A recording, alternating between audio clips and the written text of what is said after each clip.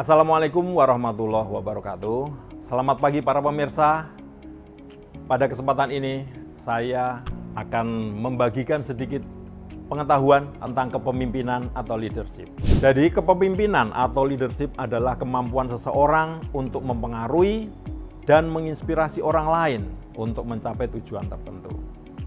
Jadi seorang pemimpin harus bisa mempengaruhi bawahannya, lingkungannya, sistemnya, ataupun elemen-elemen di sekelilingnya, dan bisa menginspirasi mereka untuk mengeluarkan energinya, mengeluarkan ide-idenya, mengeluarkan semua yang ada di dirinya, potensinya untuk bisa mencapai tujuan tertentu.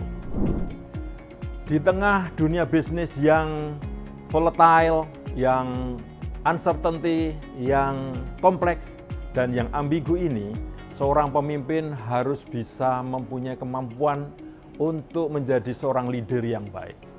Dan perusahaan sangat memerlukan pemimpin-pemimpin seperti itu untuk membawa perusahaan bisa beradaptasi dengan kondisi bisnis yang saat ini.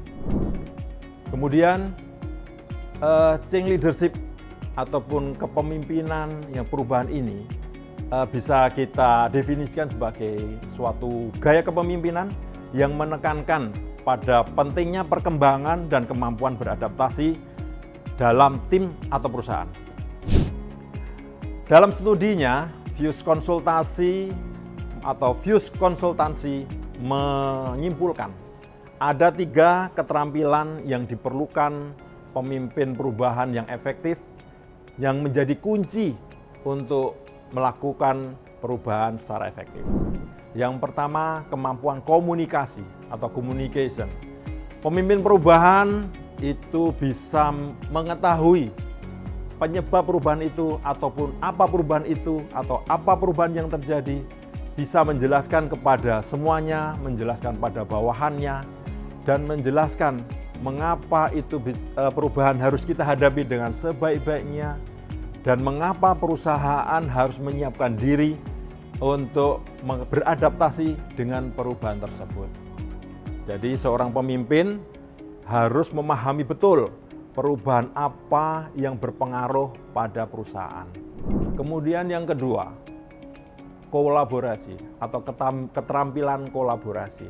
Seorang pemimpin perubahan harus bisa mengkolaborasikan antara elemen-elemen yang ada di dalam perusahaan, melintasi batas ataupun bagian-bagian, sehingga mereka harus bisa bersatu, bisa berkolaborasi, dan bisa menciptakan suatu kondisi perusahaan yang baik, yang kondusif untuk bisa menghadapi atau beradaptasi dengan perubahan itu.